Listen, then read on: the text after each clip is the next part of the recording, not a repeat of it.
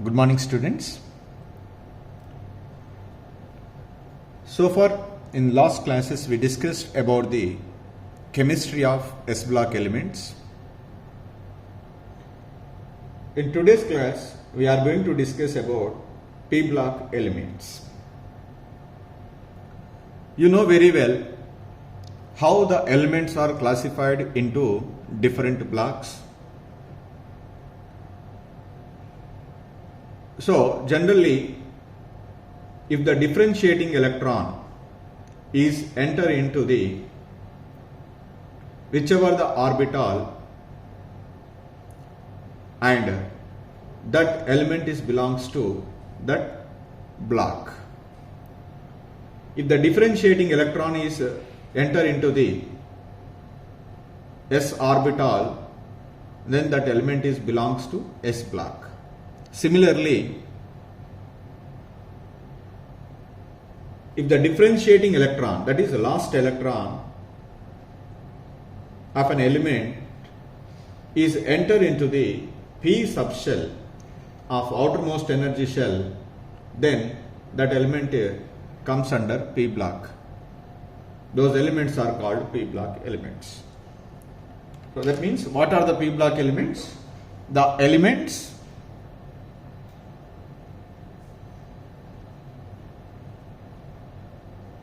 in which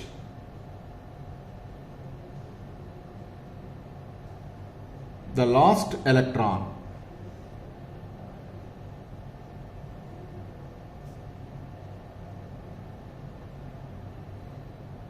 enters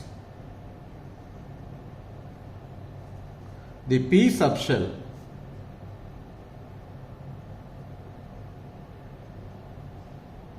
of their outermost energy level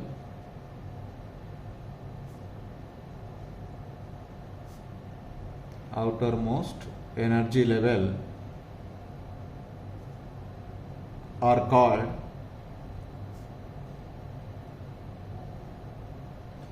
P block elements.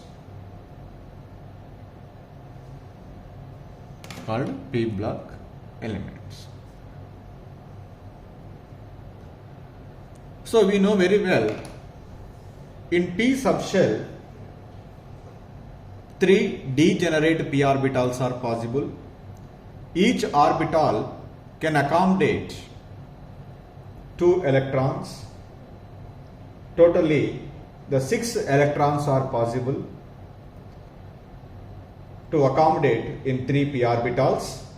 Therefore, 6 groups of P block elements present in the periodic table. So that means the total P block elements are present in how many groups? 6 groups. So that is based on the maximum number of electrons can accommodate in 3 p degenerate orbitals. So that's why I write one point, because this is we have already discussed in last semester in the modern periodic table. So totally 6 groups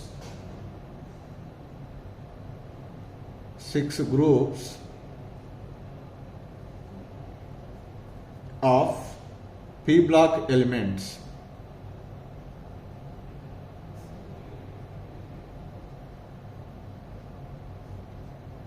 present in the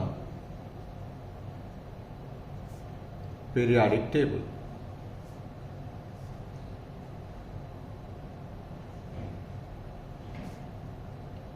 What are that 6 groups? From which to which group? 6 groups are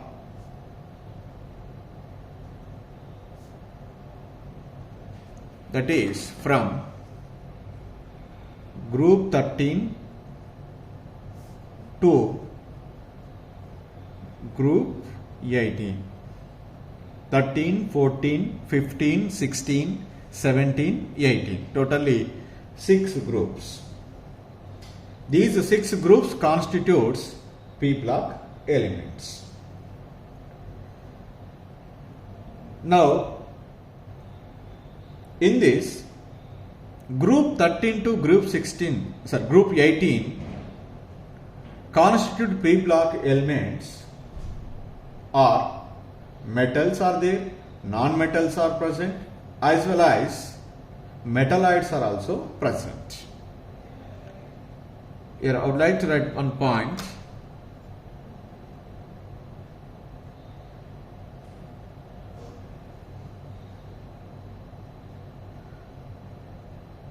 P block contains metallic and non-metallic elements.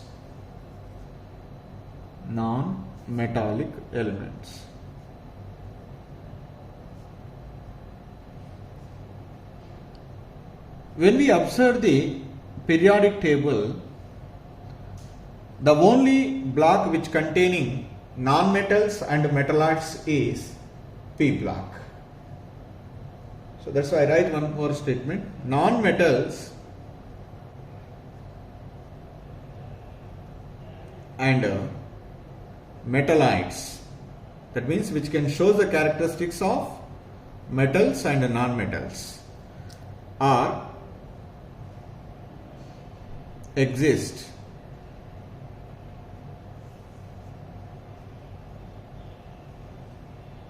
only in the P block of the periodic table. P block of the periodic table. When we are observed any group 13 to group 18, initially the non-metals are present. That non-metallic character as we go down the group decreases, metallic character is increases. That means each block is consists of non-metals, metalloids and metals. As we go down the group, the non-metallic character decreases and metallic character is increases. So these P block elements are present extremely at the right end of the periodic table. So here I would like to write one more point here. When we are observing these P block elements from group 13 to group 18, the first element of each group of this P block element is differ from rest of the elements in many respects. So I write the statement here. In each group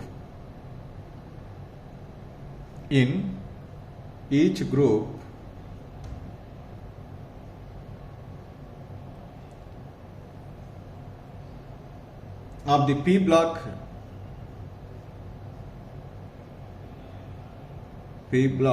elements,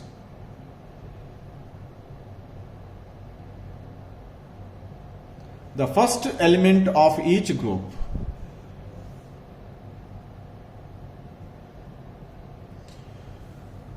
so in each group the P block element of the first elements differ from in many respects from the rest of the other elements of the group. So what is the reason for that? Why the first element can show a different character compared to the rest of the elements in each group of P block elements? So that is because of there are certain reasons are there. I write here because of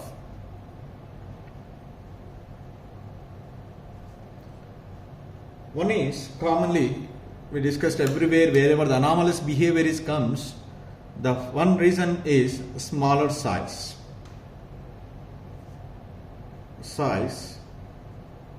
of the atom and its ion. And the second reason is high electronegativity. The first member of each group is having high electronegativity.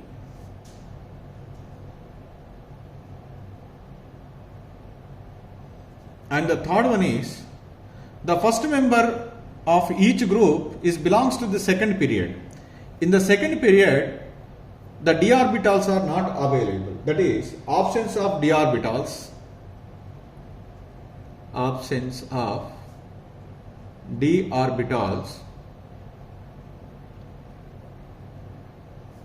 in their valency shell.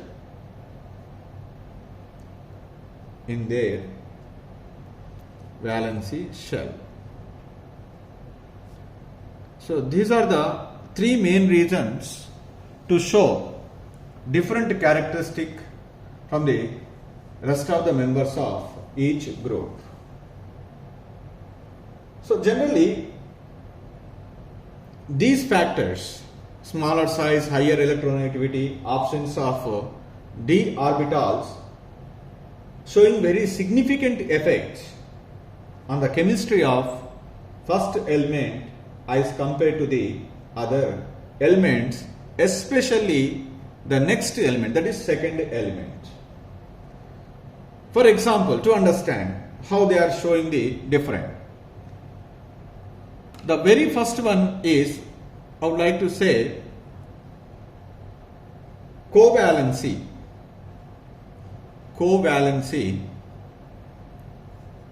up to 4. Covalence is up to 4. For example, let us take the group 13 element. In group 13, boron is there and aluminum is there. Boron normally form the 3 bonds, and if it is possible, one more by formation of a coordination bond. For example, a compound is formed BF4 minus. But whereas aluminum with the same fluorine, it can extend its covalency up to 6, AlF6 minus 3. Both are belongs to the same group. This is the first element, this is the second element. Maximum covalency of a boron is 4, but aluminum is up to possible 6.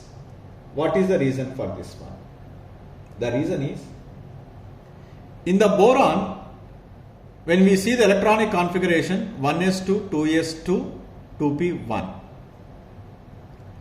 So, by shifting of an electron, it becomes 1s2, 2s1, 2px1, 2py1, 2pz1. 3 unpaired electrons are there, 3 are participating in the bond formation.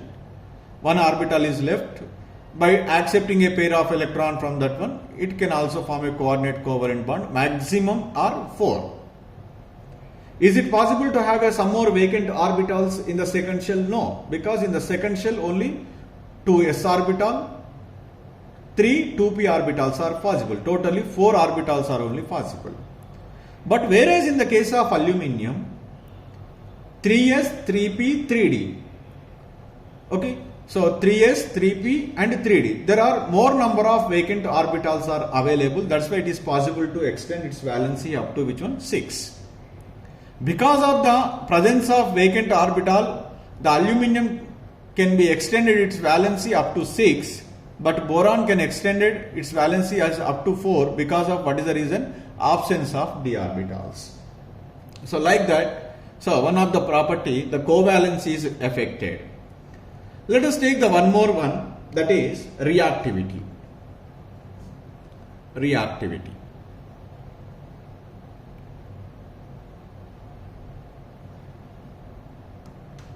Generally, due to the availability of d orbitals of elements of third period especially, that is the second element of each group, these are more reactive than the elements of the second period which do not have the d orbitals. So because of the absence of d orbital, the first element is less reactive than the second element of each group. So first element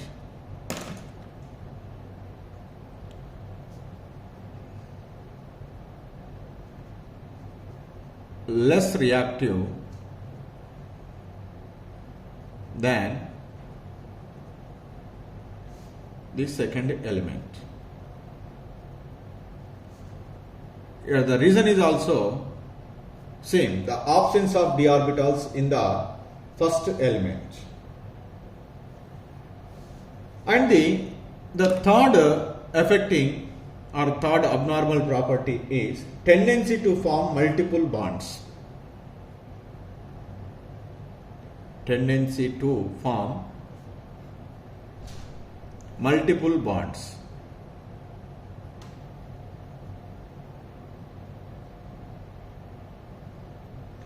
So we know very well what is happened is generally due to the smaller size and availability of d orbitals, the first member of each group shows greater tendency to form the p-pi multiple bonds either with the self or with the other element of the second period. That means, for example, let us take carbon or nitrogen or oxygen. Carbon, carbon, nitrogen, nitrogen, or oxygen, or carbon, oxygen, or carbon, or nitrogen, or oxygen. In between these two elements, in any one of these, the multiple bond formation is possible. That is, in addition to sigma bond, pi bond is also possible. That is between the same element or between the different elements. Here, one is sigma bond, one is pi bond. In all the cases, the pi bond is pi bond formed by p-pi pi bond. Because of in every element the p orbital is available, so that's why the p orbital of one atom and the p orbital of another atom overlap sidewise to form the pi bond. When we see the other members, that means the next member, in that cases involving the d orbitals is there, not a p orbital.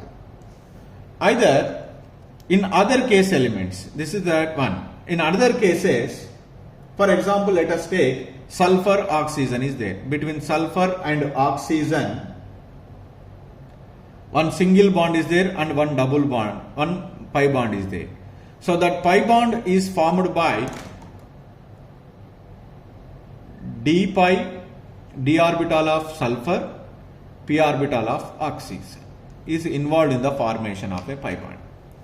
Both are having a tendency to form the pi bond between the atoms, but we know very well the p-pi bond is always stronger than the d-pi bond. Why? Because the d orbitals are always said to be higher energy than p orbitals,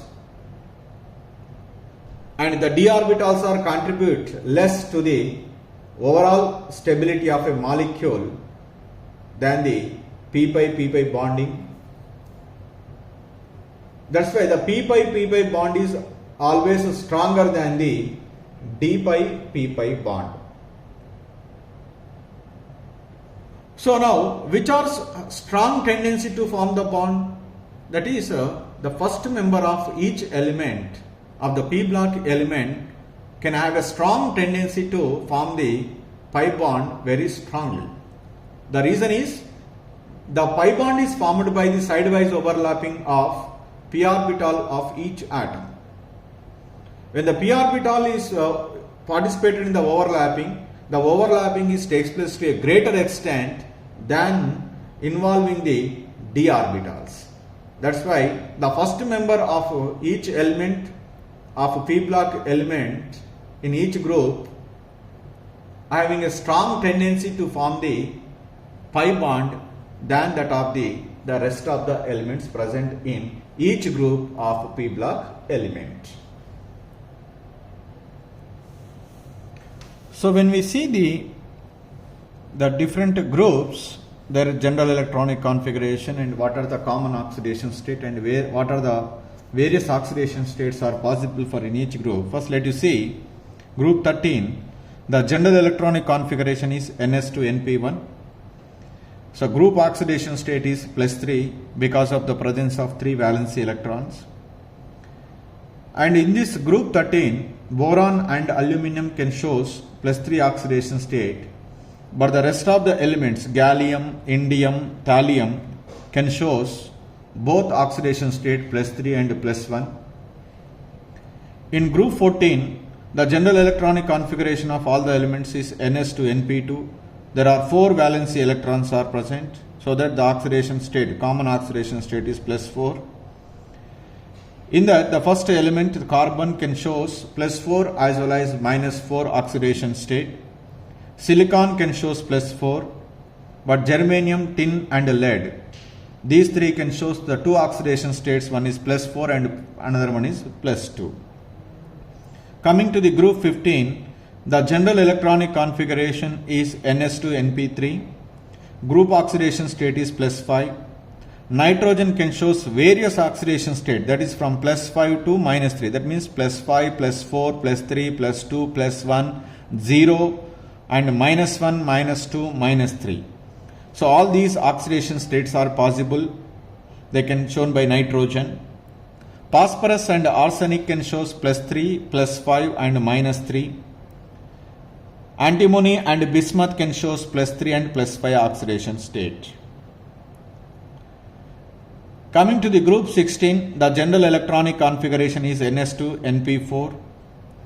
The common oxidation state is +6, but in that the first element can only shows negative oxidation state -1 and -2 because it is the most electronegative element, second most electronegative element, that's why it never shows the positive oxidation state. But the rest of the elements can shows the positive oxidation state in addition to the negative oxidation state. They are -2, +2, +4 and +6. Coming to the group 17, the general electronic configuration is Ns2Np5. The common oxidation state is +7, but the first element of this group 17 is fluorine, which is most electronegative element among all the elements present in the periodic table. So it can shows only the negative oxidation state, that is -1. But the rest of the elements, in addition to -1, they can also shows the positive oxidation state +1, +3, +5, +7. The last group of p block element, that is group 18, we know very well these are called noble gases. Ns2Np6, the general electronic configuration, the oxidation state is +8. In that, krypton and xenon can shows variable oxidation state. Krypton can shows +2 and +4. Xenon can shows +2, +4, +6 and +8 oxidation state. So when we are observing all these, the general electronic configuration and group oxidation state and various oxidation states, it is different from one group to the another group. Why certain elements can shows only one oxidation state, why certain elements can shows more than one oxidation state, that is we have to be discussed very clearly in each and every group while discussing the physical properties. Now in our current semester, out of the 6 groups in p block elements, only the 2 groups chemistry is there, that is group 13 and group 14. The rest of that 15, 16, 17, 18 are there in your second year first semester. I don't want to discuss about those groups. So I'll go to discuss about the chemistry of group 13 and group 14 in this current semester.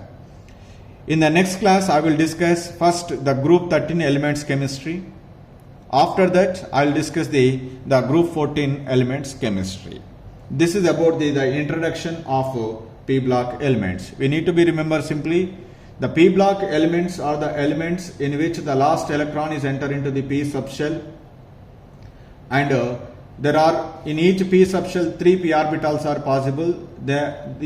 Each orbital can accommodate maximum to totally 6 electrons are possible to fill. That's why the 6 groups are there, that is from group 13 to group 18. So group 13, group 14, group 15, group 16, group 17, group 18. the only one block which has the all types of elements, that is metals, non-metals and metallites, that is P block. In the rest of the blocks, in S block only metals are present, in D block and A block also only metals are present.